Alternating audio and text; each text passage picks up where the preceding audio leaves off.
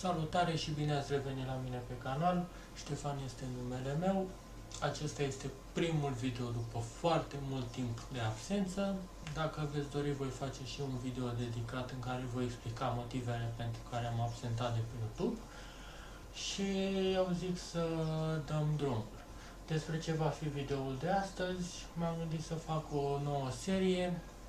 O serie pe care nu o întâlnim foarte des pe YouTube-ul, cel puțin din România, și anume o serie în care vom face gameplay-uri la jocurile foarte vechi. De ce m-am gândit să fac acest lucru? Mă gândesc să fac o paralelă între jocurile pe care le avem acum, cu o grafică super bine definită, și jocurile de la care am pornit cu grafica puțin mai inferioară, să nu spun altfel.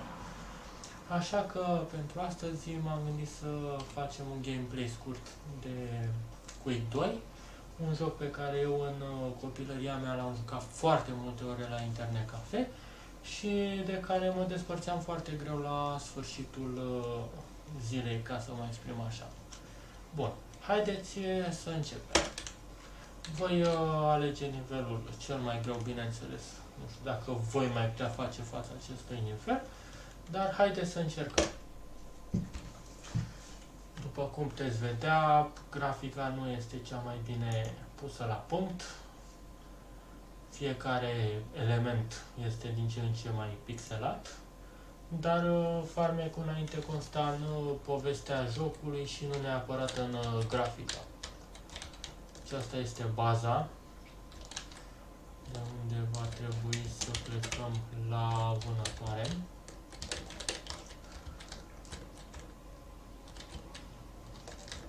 Dacă aveți propuneri, sugestii, idei de jocuri, cu dragă inimă aș fi bucuros să le cunosc în rubrica de comentarii, pentru a și putea face ulterior un gameplay cu acestea.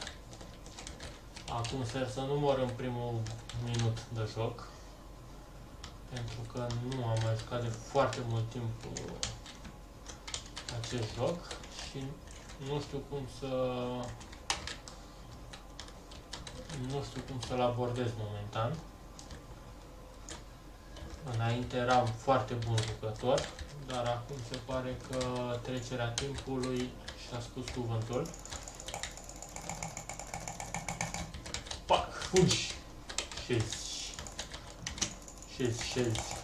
Cam așa erau jocurile înainte. Erau jocurile destul de simpluse, dar care fascinau mai mult prin poveste. Am văzut acolo inamicul, l-am omorât. Un alt lucru ce aș dori să mi-l spuneți în rubrica de comentarii ar fi dacă doriți să fac cut-uri la fiecare greșeală sau dacă doriți să lăsăm greșelile să fie pe parcursul clipului.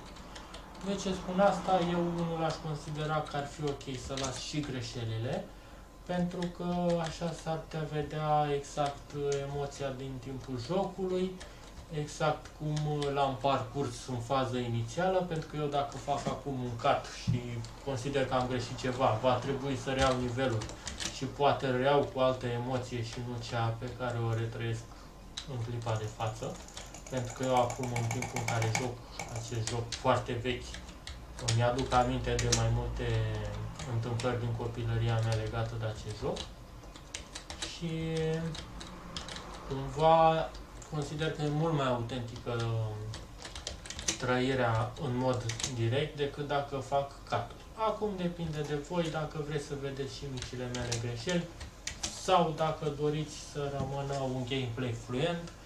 Eventual, dacă doriți să parcurg mai multe nivele, sigur va fi nevoie să căutăm câteva cheat-uri pe Google și voi face și lucrul acesta dacă este necesar.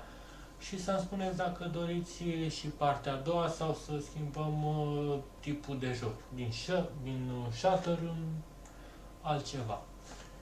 Și dacă toți suntem aici, îmi puteți spune și dacă doriți să facem un alt fel de conținut, cum ar fi recenzii, tutoriale, car vlog și așa mai departe. Eu vă mulțumesc pentru atenție. Acum voi opri clipul, voi încerca să văd exact unde am greșit și ce va fi de corectat și vă mulțumesc pentru vizionare. Vă salut!